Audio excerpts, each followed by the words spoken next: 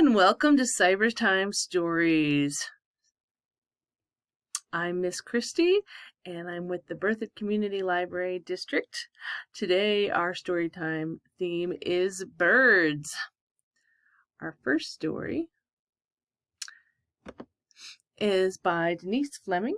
It's called This is the Nest That Robin Built.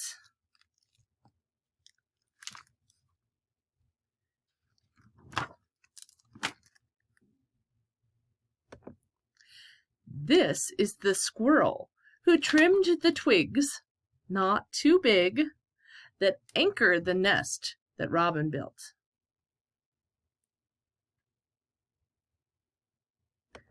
This is the dog who brought the string, long and strong, that wraps around the twigs, not too big, that anchor the nest that Robin built. This is the horse who shared his straw, rough and tough, that covers the string, long and strong, that wraps around the twigs, not too big, that anchor the nest that Robin built. This is the pig who mixed the mud, soft, not soupy, that plasters the straw, rough and tough, that covers the string, long and strong, that wraps the twigs, not too big, that anchor the nest that Robin built. Wonder what friend is going to help next. This is the mouse who gathered the weeds, dotted with seeds, that bind the mud, soft, not soupy, that plasters the straw, rough and tough, that covers the string, long and strong, that wraps around the twigs, not too big, that anchor the nest that Robin built.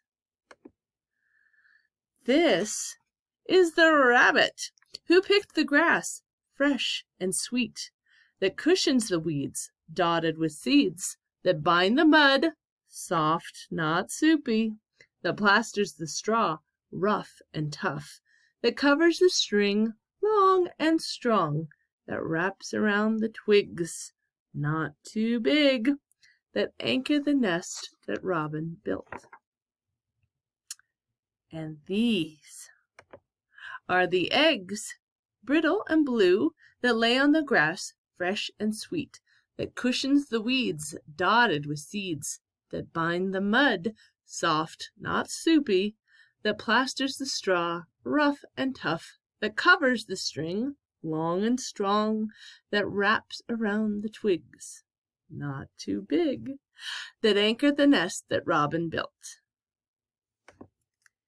And these are the nestlings, tuft and pink, that cracked the eggs, brittle and blue, that lay in the grass, fresh and sweet, that cushion the weeds, dotted with seeds, that bind the mud, soft, not soupy, that plasters the straw, rough and tough, that covers the string, long and strong, that wraps around the twigs, not too big, that anchor the nest that Robin built.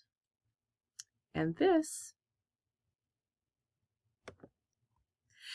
is the robin who built the nest, anchored with twigs, not too big, wrapped with string, long and strong, covered with straw, rough and tough, plastered with mud, soft, not soupy, bound with weeds, dotted with seeds, cushioned with grass, fresh and sweet, who laid the eggs, brittle and blue, cracked by the nestlings, tuft and pink.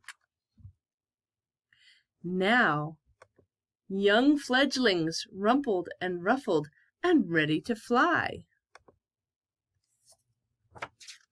Good.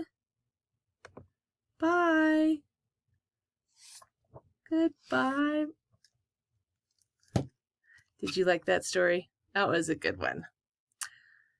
Now, let's have a joke. Why do birds fly south for the winter?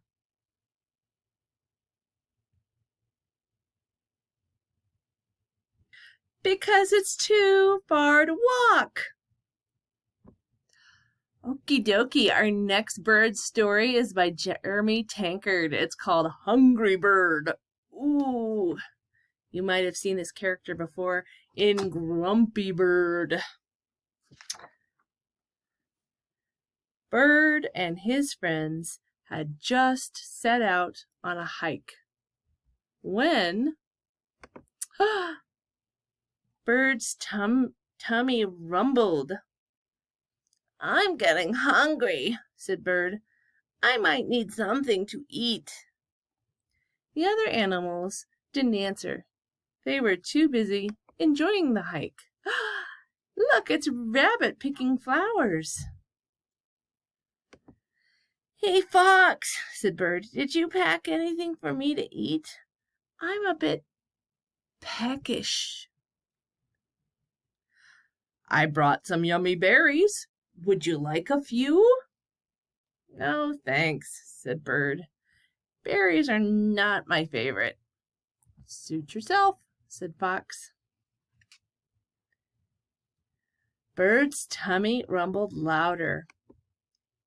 "Hey, Beaver," said Bird, "have you brought anything delicious to eat? I'm hungry." "I have lots of nice crunchy sticks," said Beaver. "Would you like some?" "Sticks? Are you crazy? Birds don't eat sticks." "Well, beavers do." "Yum," said Beaver. Bird's legs were growing weak. "Hey, Sheep," said Bird, "have you packed anything tasty? I'm starving." "I packed some delicious grass," said Sheep. "We could share it." "Grass?" said Bird. "I think you mean gross. Who wants to eat grass?" "I do," said Sheep. "It's scrumptious." Bird could not go one more step. "Hey, Raccoon," said Bird, "please tell me you've remembered what I like to eat. I'm ravenous." "I have this nice sandwich," said Raccoon. "Would you like half?" "Sandwich," said Bird. "Yuck! That sounds disgusting." "It isn't," said Raccoon. "It's a medley of flavors." Bird was sure he was going to pass out from hunger. "Hey, Rabbit," shouted Bird, "give me something to eat now." "How about a carrot?" said Rabbit. "Carrots are delicious." "Carrots are orange," shouted Bird. "How on earth can I eat a carrot?" "You crunch it," said the Rabbit. "Like this. Crunch, crunch." Bird's tummy roared, and he collapsed on the ground.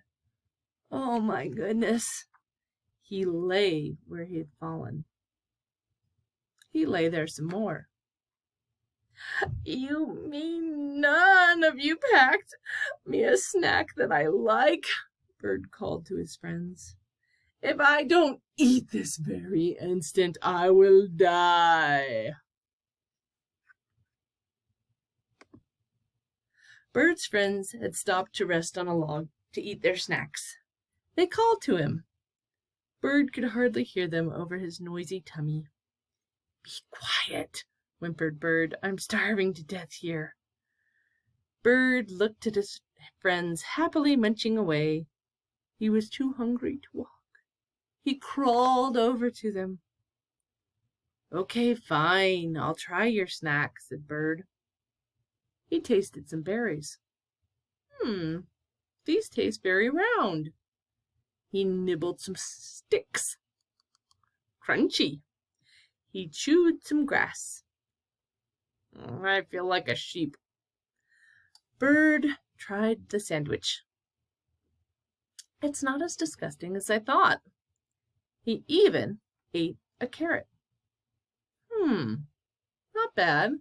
It does taste orange, but I like it. Just then, when Fox spotted something wriggling in the grass, "Bird," he said, "your favorite snack, a worm." "No, thanks," said Bird. "I'm thirsty. Who brought me a drink?"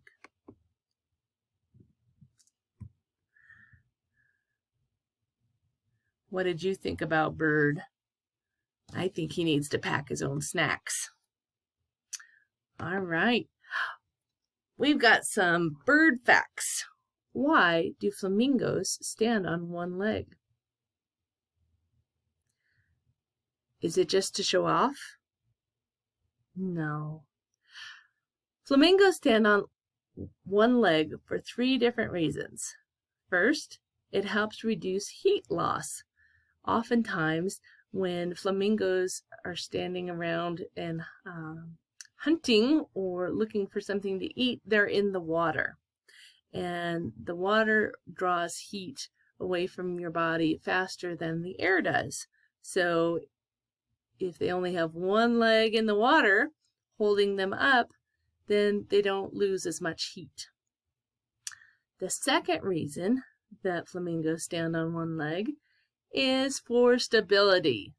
It's funny, if we stand on one leg, it takes us a little bit more focus and effort, but it's actually easier for flamingos to have stability on one leg.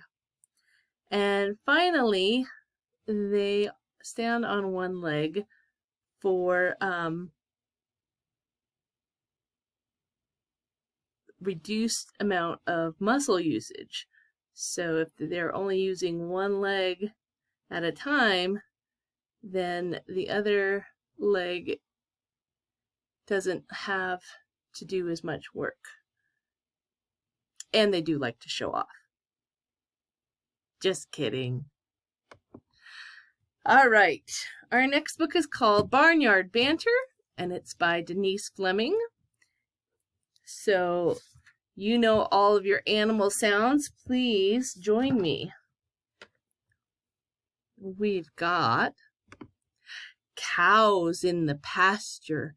Moo, moo, moo. Can I hear you moo like a cow?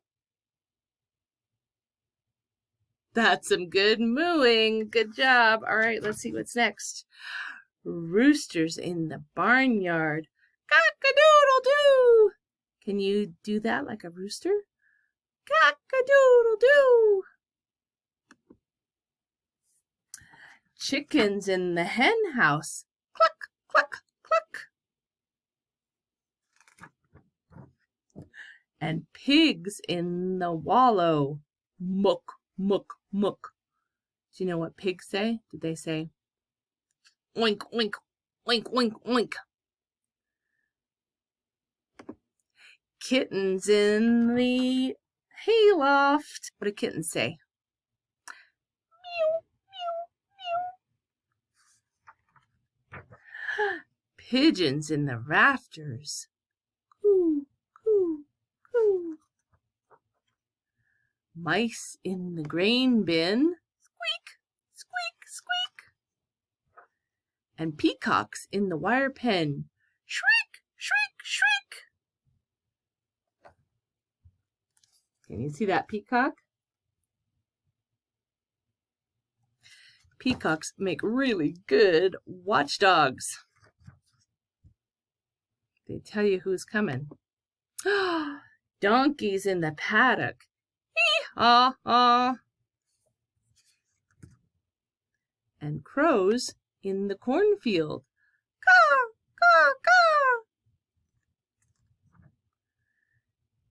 Crickets in the stone wall. Chirp, chirp, chirp. Frogs in the farm pond. Burp, burp, burp.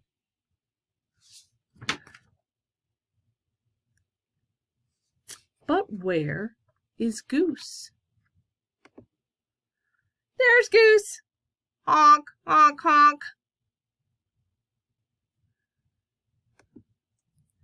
Good job. All right, let's take a little song break.